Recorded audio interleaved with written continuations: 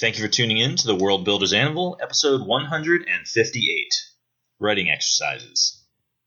Don't know where to start building your fantasy world? Do you need more? Does it make sense? Forget any worries and become a crafter of imagination. This is the place that will help prime your mind. Now, it's time to heat up the forge, break out the mithril ingots and hammer. Welcome to the World Builder's Anvil. I'm your host, Jeffrey W. Ingram. Let's sup from the mug of Java and build. Welcome back. As always, I'm Jeffrey W. Ingram. And I'm here And with the I'm gifted. Michael Miller.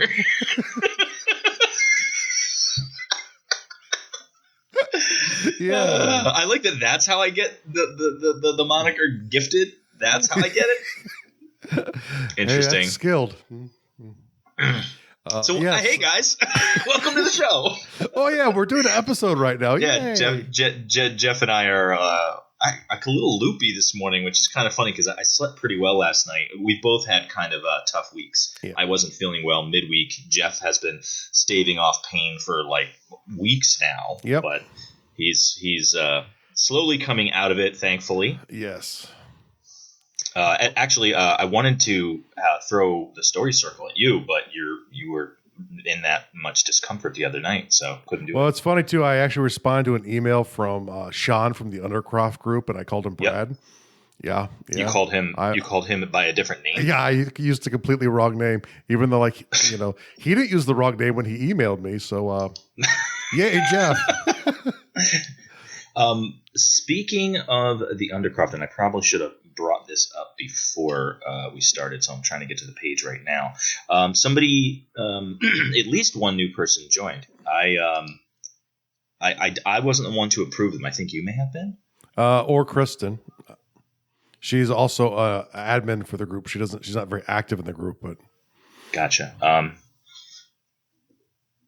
sorry, this is a slow start, guys. My computer's going a little slow. Actually, his computer's going his average computer speed, which is slow. Well, actually, I'll have you know that I am going to be getting a new computer in the near future. Well, I had a feeling when you sent me the list of specs you needed to see if I had a spare computer with specs to handle a high video card. Yeah. No. So welcome, Josh. I don't know if he's the only new person. I think we welcomed Timothy already. But hey, if you're a new person and we haven't said welcome to you on the show, feel free to taunt us in the group. That's what it's there for. Welcome, Mark. I think he might be new since our last episode. So hey, welcome, guys. Jeff and I are really excited that our community is growing and that you guys are being so active on the page. Mm-hmm. So thanks so much for joining us. Yeah, because pretty much the group is going to make it a great group, and we get to help guide it a little bit, and we get to have a lot of fun in it, kind of the way we have fun when we record or whatever we do. But the group is really shaping this group to be a good group. So thank you, group. The group. Did I mention I'm also on pain meds? Yay. So yeah, today, I mean, we're kind of like talking in circles, which is kind of funny because one of the things we're going to be talking about today is a story circle. We're talking about writing exercises, things that you guys can do just to practice, just to, either break off the cobwebs and get yourself writing again, or just to keep the skills up, or just to develop skills that you may not have yet. Mm-hmm. I mean, this kind of started as I just threw it out there on the page, the idea of doing a story circle. And actually, you know what? I'm getting into story circles. I don't want to get there yet. You wanted to talk about writing prompts first. Yeah, let's start off here. And I'm a big fan of writing prompts. I'm a big fan of writing in general. No matter what kind of world builder you are, you might be a tabletop storyteller. Maybe you do world building to create art out of, or games, and you love making the mechanics. Writing strengthens your skill set. And writing for fiction is the most difficult kind of writing. I want to piggyback off of what you just said. That includes bad writing. Yes. You have to, even the best of writers write bad stuff. You have to write that too. Yeah. You have to get through that to get to the good stuff. So even writing, when you're a good writer, you're not going to have every day will be brilliant. Right. And the one thing I respect a lot, and he gets crap from people who consider themselves writers a lot, Stephen King. because they all seem to think that they're a better writer than he is. I would argue that, at least in the sense of being prolific, it would be hard to be a better writer than Stephen King. Yeah. And maybe you could take one of his stories and in more time craft it into a slightly better story, maybe a language that you consider better. But one, readers determine what is good writing, not other writers. And you can say that you're better when you read something, but the truth's in the pudding, and he sells a lot of books. But the thing is, and forget about selling a lot of books. He writes a lot of books. He writes a lot of books, so he's a writer. The only thing that makes you a writer is writing. You don't authors obviously write, but a lot of people who aren't authors write. But writing helps craft your thinking. It helps craft the way that you present ideas to people. And so writing is an essential skill, irregardless of what you do. Especially in the geek genre, everything that we do, narrative is somehow involved. And understanding writing and narrative is a great thing. And so when you use writer prompts, you're using them to develop the skills to do certain tasks better. If you can't explain your way out of a paper box, write it out of a paper box over and over again until you can. If you suck at dialogue, if you suck at description, whether it's your belief or feedback you've gotten from other cruel trolls on the internet, however you get to the areas, work on those in prompts. And the great thing is that their prompts are the easiest thing to come up with in the world. And people are always looking for new prompts, but they're all around you. They're in the show every week. Take the 7th and 14th word that we use in every episode and write a story. And then sell it and give us the proceeds. Ooh, they just went on some goofy tangent, and let's turn that into a story. Like, I laughed at, like, there was a quote. This episode, it was the and the. Make it work. That'll make it work. Put it together. There was a quote you had of mine from, I don't know, it was like, because you know how you get the historical posts. So I had one where it was like, I think it was when you were talking about how your universe was born, and it was like, wait a second, half a second ago we were talking about Atlantis, and now we're talking about animals pooping animals. What? So you could take that weird sentence and just run with it and make a story. Yeah. Like, how do you explain that sentence? And you can in mythology, because I think that was a very apt sum up of what I was explaining, because that was actually, I think, that's one what of the was American happening. Indian creation myths was about animals essentially pooping animals. And which I love that quote, which is why it became immortalized in a meme, because how better to sell this show than talking about animals pooping animals? I don't know. Hey, don't forget Atlantis was in there too. So, we had a. So with writing prompts, like I was looking some up, and I felt like at first I was looking at writing assignments that you'd give a child. But Jeff kind of turned my perspective on it, because he's like, yeah, but you got to understand that, any excuse to write, any excuse to get yourself started, even these little exercises are still, they're fundamentals. Yeah. It's like, Michael Jordan still has to practice dribbling. He still has to practice passing. Exactly, too. And the more stuck you are as a writer, the easier it is to put down the pen, to stop touching the keyboard when you're in that time that you should be writing and practicing your writing. So my belief is, I believe you should read and write every day, at least a little bit. And in that time, sometimes if you're stuck and then nothing's coming forward, you just have to start doing something. So the really simple prompts sort of take the excuses away. Like, I can't find the 15th paragraph of this book on my shelf. Yes, I can. I'm lying if I say I can't do that. So a lot of these things that seem very elementary, the more stuck you are, go for simpler prompts.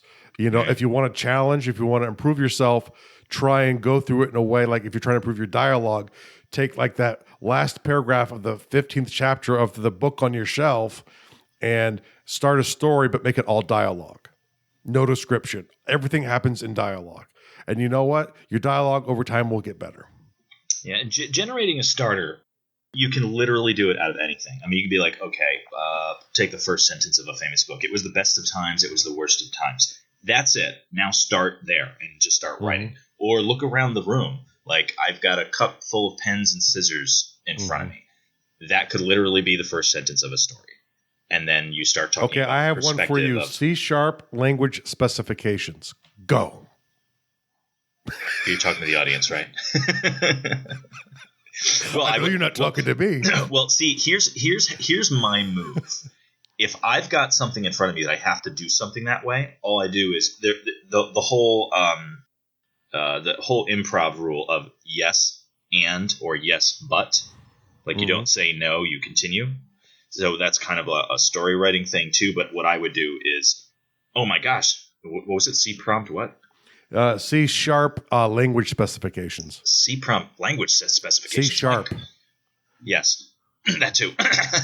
Well, I have no idea what to do with this. I better go to the book next to it. And then the character throws that book away and goes to something else. So now the character in the story is me, and I just totally sidestep what's going on there. So That's the point is, cheating. And you know what? When you're writing I'm a fiction writer, I lie.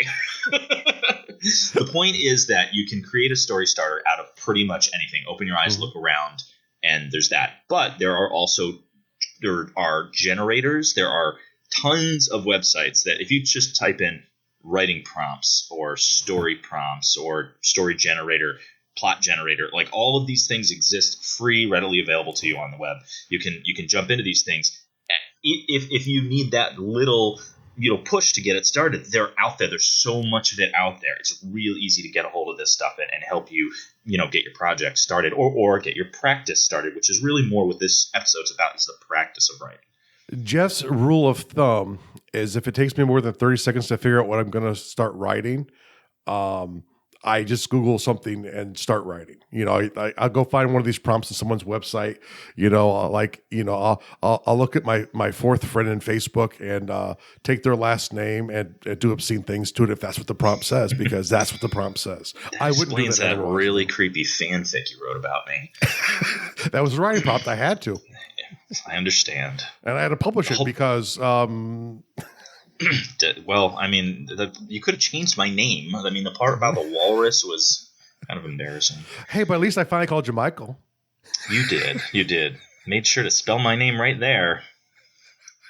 So anyway, all of this came from the story circle that I set up on the website. On the I'm trying to bring it up right now, but I'm having issues. On the Undercrofts Facebook page. And work. Nope, not working. There we go.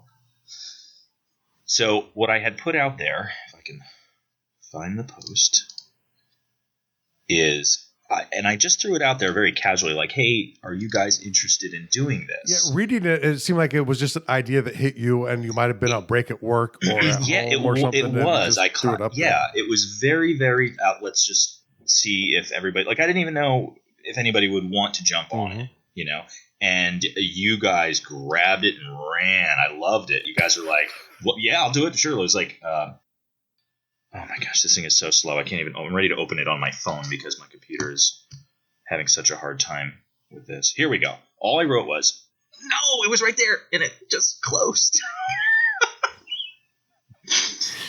I'm sorry, guys. Bear with me.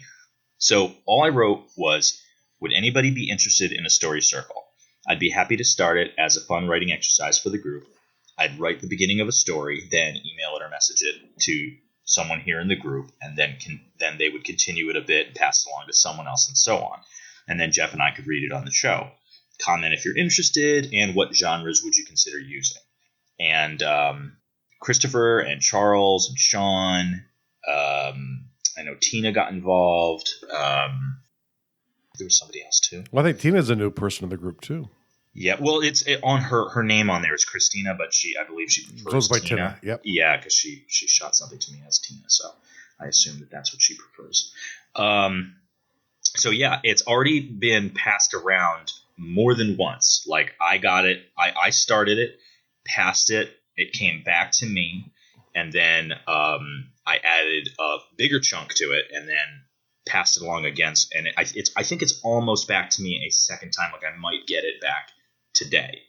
But a story circle, I think I've explained it pretty well, but basically one person writes a piece of the story and then you pass it to another person, they write a piece of the story, then pass it to another person, they write a piece of the story. And the cool thing about it is, one, accountability. Because you are passing it to someone else, they're waiting on it. Not only are they waiting on it, but 3, 4, 5 other people are waiting on it. So everyone, it's exciting. Like, I know I have been amped about every time I hear it's gotten passed again, like somebody else added to it. And you're getting all these creative ideas that are all being thrown into the same story. Now, I'll be the first one to admit it can get chaotic. Ours happens to be going really well. Like, good. I read there was a I forget what it was. It might even have been like a meme or something where it was a college exercise just like this. This might have even been where I got the original idea. Where a guy was paired up with a girl, and the guy was a very jock kind of frat boy guy, and the girl was a very flowery hippie chick sort of girl, and they wanted to write completely different stories, but they were doing a story circle together. So she was writing a nice lovely story about a girl, and it's it is very talking about food and flowers and junk like that, very, very casual and light fare. It passes to the guy. He completely changes the subject, and it basically becomes Die Hard. And then it goes back to her, and she completely undercuts what he wrote and gets back to her thing.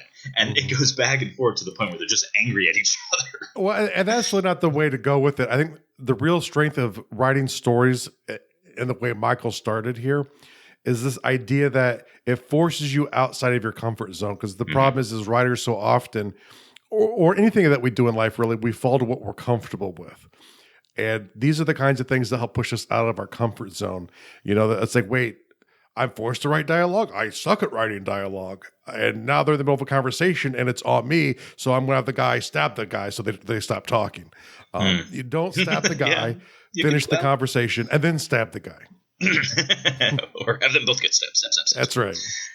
The thing that I found a little funny about it is I had said, like, what kind of genres do you guys want to do? And I just wanted to get it started that day. So I hadn't gotten a whole lot of feedback on that until someone said something about science fiction, and someone said something about Shadowrun. And I was like, okay, because I was going to write fantasy. I was going to if no one throws anything out there, I'll just write fantasy, because that's generally what we're working with. So I was headed there, but then somebody said science fiction, and I'm like, you know what? I haven't written anything science fiction in a long time. So I was like, okay. And they said Shadowrun. So I was like, all right, I'll play with the Shadowrun world. I kind of wanted to gunsling a world. And I think next time I might put my foot down and say, guys, that's what we're going to do this time for, when we do it. Because I'm sure we're going to do more of this. For the group, yeah. Exactly. But they said, well, Shadowrun science fiction. So I was like, okay, fine. So I kind of ran with that. But I wanted to be very clear to everyone, and I know I said it more than once in the thread, that just because I started it in a Shadowrun world, I didn't define the entire world in 2 paragraphs. So don't feel constricted by the lore of Shadowrun, right? Whatever you feel fits. Like, if you think it fits based on what's been established in the story so far, go for it. So, and that's what. Well, actually, I kind of got inspired today too. Last night when I woke up in pain, and I was on Facebook in the middle of the night as I was trying to stretch my back out, and I think it was Sean, but it might have been Stefan. I'm not sure, because I was very tired when I read it. Had come up based off of our last episode in Archaeology Ruins, this picture idea of a culture start, and then I kind of add something to it. So I think we might start doing something like that too, where we sort of take like an idea for a culture, an inspiration, and people can start building off of it, as well as a sort of similar but different skill set working up. But like develop cultures together, develop stories together. I very much like both of those ideas. The collaborative effort I find has multiple benefits. The biggest one for me is the accountability factor. Like, if you've got somebody else working on the same project as you, and they're waiting on your effort, then it motivates you. Like, so okay, I can't just sit here and deal with writer's block. I really have to get them something so that they can do something, and you also get this nice synergistic excitement that occurs at the same time. So, and you kind of want to know what's happened, what's changed, what's new. Maybe a thread has been killed off. Maybe you were building a subplot in your section, and it gets back to you, and wait, the character's gone. Wait, the prompt has been destroyed. And it's great though, because it forces you to think on your feet, and thinking on your feet is one of the great skills I learned as a GM with the group of players I've had for the time I was in the Army all the way through the last time I really ran a game, which was probably a couple of years ago. And, but the great thing is, it's like when you have great players, they force you as a storyteller to think on your feet. And being able to think on your feet is the thing that will get you through writer's block when you're writing a novel or when you're writing content for a game or whatever reason you're coming up with content. When you get stuck, being forced with these kinds of exercises help you think on your feet, and they're tremendous. In addition to the story circle, I want to get into some of these other writer prompts. Let's get to free writing, because that's it. Well, I was going to say, do you want to end with that, because we could talk about that for a little bit. Yeah. Well, self-generated prompts. We'll hop there next, and the reason I want to get into self-generated prompts is, and this is very much self-writing prompts, but it's this idea where you can go through. It's like, for me, it's like, look back to your life, take events, but then twist them into the opposite. And the one I've written down here is take your status memory and write a happy story about it. So like that worst day of your life became the happiest day of your life. The core of the story has to remain the same. So it's the same series of events, but you have to change your emotion and reaction to things, which might make you feel uncomfortable, especially in that scenario, because it could be the death of someone important to you. Mm. I mean, there are lots of reasons to have really bad days. But what happens if it ended up happy? What would it have taken with all those events to make it a happy day anyway? And the other thing about that, it's also a really powerful emotional empowering, emotional thing you can do with trauma in your life. I call it, I've heard it called cognitively reframing something. Mm-hmm. For me, I would say that my divorce was one of the worst things that ever happened to me. It was horrible. But had I not gotten divorced, I never would have met Sarah. And mm-hmm. Sarah's the best thing that's ever happened to me. So I had to go through that. At the time, it was just miserable. So you could take something like that's a good example. But like what you're saying, like a death, like, okay, if somebody you really cared about died, what good thing came out of it? Mm-hmm. Or how can you reframe the experience? And that's the great thing. That's the great thing with the story prompt is it's up to the writer to solve the dilemma. Maybe it's something that happens down the road that makes it a happy event. Maybe it's something else in the day where you come to a realization that was only possible because of the powerful event. And in a way, too, I think it's also really good to take your negative events and look at them in positive ways anyway. Try and grab the things that make you grateful, even in those really bad days, because it helps you get closure on those days and you can move past them. So I think you get maybe some psychological benefit from doing some prompts like that too, where just take the really bad things in your life and change the story. And you're not changing what happened, but you're changing the takeaway. So it goes from a painful event to, yeah, my grandfather died that day, but you know what? Every time I see this, I hear his voice. He's with me all of the time. And where he's not here on earth anymore, I have the blessing of him with me all of the time. And I never had that before he died. And where that might not be a good takeaway for you, but for me, that's a very comforting thing because he was a very important person in my life. I mean, if my grandfather was probably with you all the time, it might be a bit creepy. You probably think you're being haunted. But then you write a horror story about it. So it works for everyone. Yeah, it works on all levels. In the vein of the scary moment turned happy moment, there's another writing prompt called I Remember. And it's just simply that's how you start. I remember, and you start your story. It could be I remember a given thing from your life, or it could be you're remembering something as the character, but you start with I remember ... I don't know. After watching South Park this season, I remember is kind of a scary phrase. So why? What, they had a bit with it, I guess. They had these things called member berries. So everyone is like, remember this, and some of the things are like really positive at the beginning, but then they start getting into like, remember the Nazis, and you're like, oh, Yeah, but like the member berries made it all positive. Yeah. So be careful membering. But yeah, that's a good writing prompt, though, I think. Do you have these written down, or do I just have them written down? Shall I just go through them? Go through yours because you have yours written down. Okay, so then there's in the show notes. You want to email them to me. Another one is first things. So you could talk about your first bike, your first kiss, your first love, your first trip outside the country. Why are you laughing, Jeffrey? Nothing. Completely unrelated. I wasn't thinking of first of anything in there. So. I think you are lying. So yeah, create a story around that, or just tell whatever the true story is and embellish and, be real descriptive, because firsts tend to be really good stories. There's also, I really like this one, the persona switch. The persona switch is you're going to tell a tale from the first person perspective, but you're going to pick a different gender, a different race, and a different country.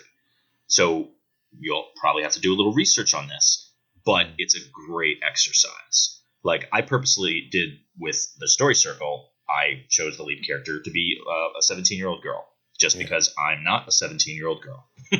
Nor anything like one. I think in the vein, too, you can also take events where you've been wronged by someone in your life, rewrite the story where you're the antagonist. Ooh, I like being the bad guy. I'm a big fan of the bad guys. Yeah, so do I. That's why I'm going there. I'm always the bad guy. There's also the traveler. You could take a map or a globe or Google Maps or whatever you choose. Spin the globe or close your eyes and put your finger on the map and pick a place on the world, or maybe off-world, different world, and write a story about being from there or having traveled to there.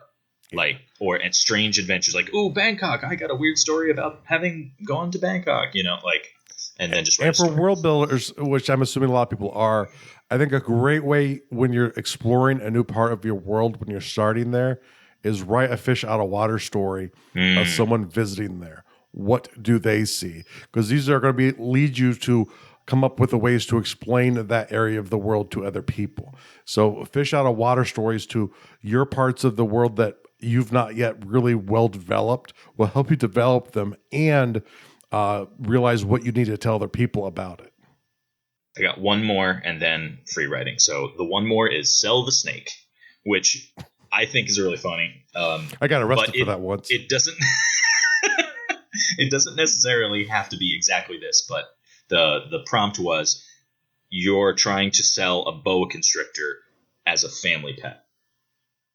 Now, it could be something else. It doesn't have to be a boa constrictor. It could be a rhino, it could be a hippo, something real dangerous. But the point is you're trying to sell it to a family.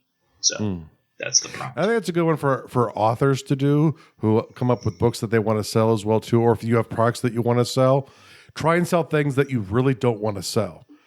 Come up with the pitch that makes them sound good, because people so often, it's like they'll spend a year or two developing a novel, editing it, coming up with a great cover, and they throw it out there, they put a half-hearted Facebook post to it and walk away and never look at it again. So I think, learning how to sell crap that you really dislike or maybe even afraid of might make it easier for you to sell your own stuff.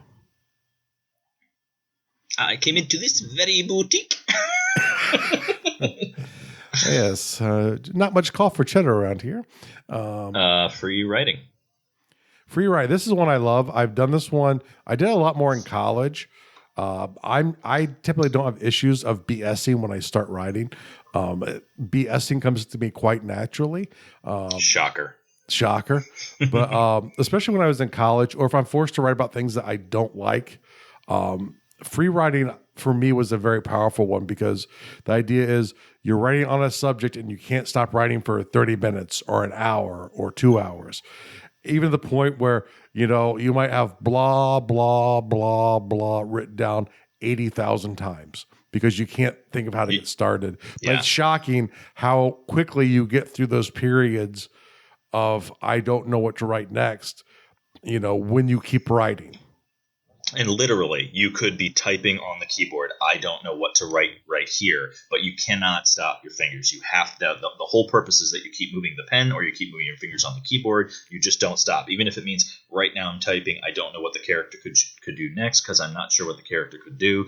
They're in a tight spot. I may have written myself into a corner. Oh wait, then a dragon comes in, and then you keep going. Yeah. Well, it's kind of like there's a joke in my in a lot of my players that Halb is the largest family in Gardul. They are of every race and ethnicity because Halb was sort of the joke name I would come up with whenever I was creating a character on the fly in my brain and I had no idea what to call him, but I didn't want to stop the story. So this is Halb. Halb is a warrior who works for the prince, and really it's just, blah backwards. But I love blah. Blah's mine. I don't know what to write now. So. I didn't pick up on that until you said it. Yeah. It's blah backwards. Anything else you want to cover on free writing? No. Anything else you want to cover on free writing? I feel like there was more we could have covered, but I mean, the basic gist is just that you just don't stop. Free writing is also a great way to get the junk. Like you could sit down and just empty your head before you're actually going to write. Like if you're feeling caught up with your daily circumstance, like work is bothering me, I'm stressed out about home life, I've got bills to pay, write all that. Just sit down and free write so that you're emptying your head, and then you don't have to take long, 5, 10, 15 minutes. Write all that out. Just put your stream of consciousness to paper, then say, okay, now I feel clear. What do I really want to write today?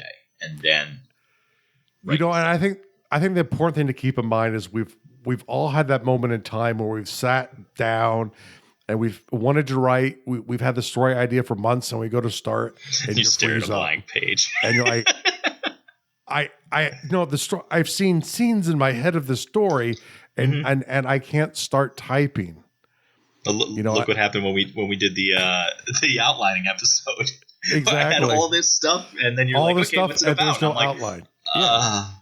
But the thing is, we've all been there, and it's okay to be there sometimes.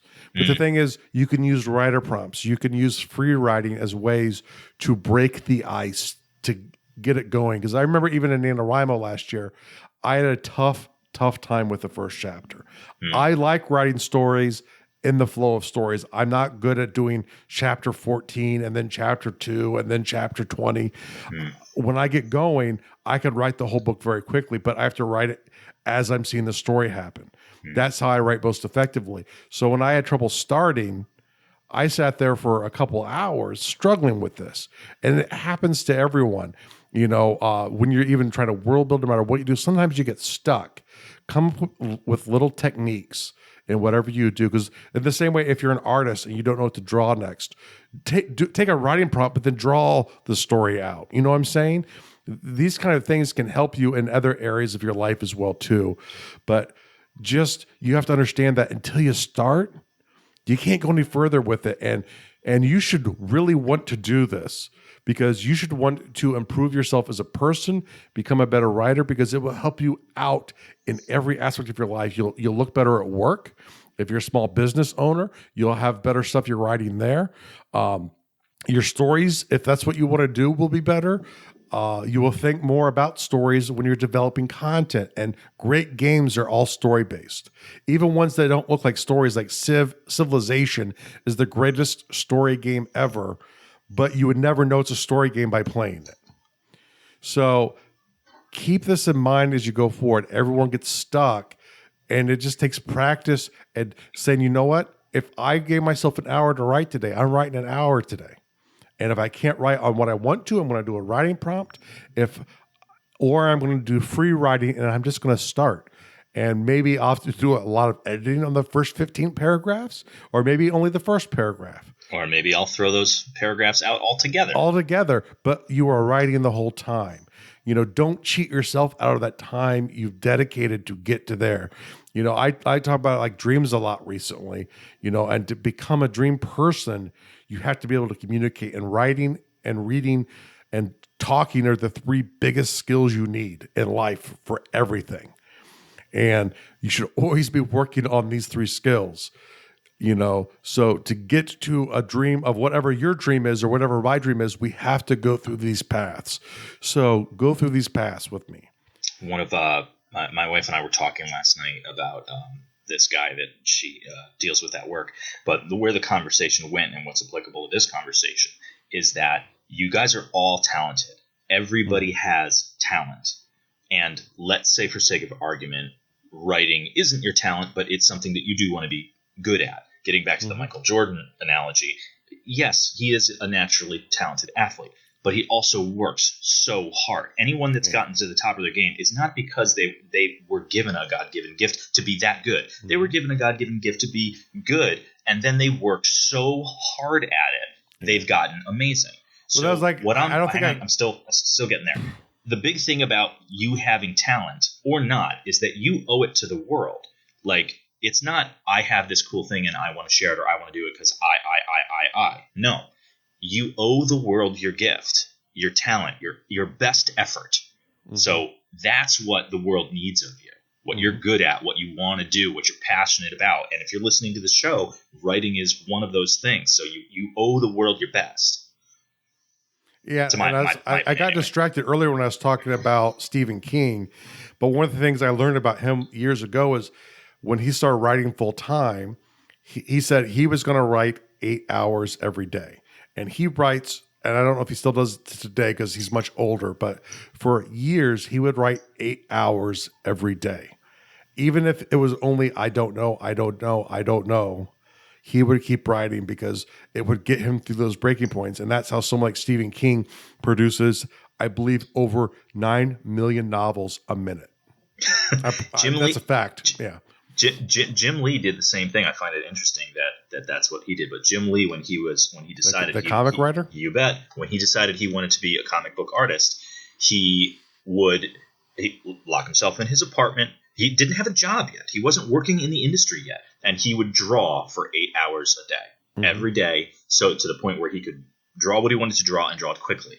And when he would go running, he would just chant a mantra in his head. He would rattle off the names of his favorite artists and his favorite writers, kind of like, I'm going to be one of them. I'm going to be this. And he would just like say their names in his head while he was, sweating it out, running around the track. And then he'd get home and he would draw more, very focused, committed. Yeah, no. And the thing is, really, if you want to get to your dreams, you have to focus on a plan to get there. You have to know where they are. I like to think a little bit bigger than my dreams. I like to think to a place that I can never quite get to. So if I fall short, I'm maybe at where I wanted to be or really close. But, the thing is, I like to dream big, take care of the details right now so I can be present right now, but I can focus on every activity I'm doing is getting me to where I want to be when I dream.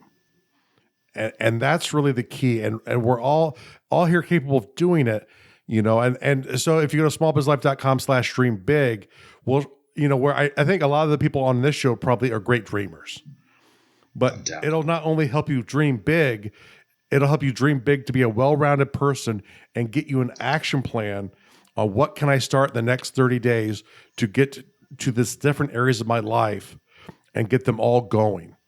So you get all of this emotional baggage to where I'm doing a writing prompt that makes no sense today, but for me, that connects me to my business goals.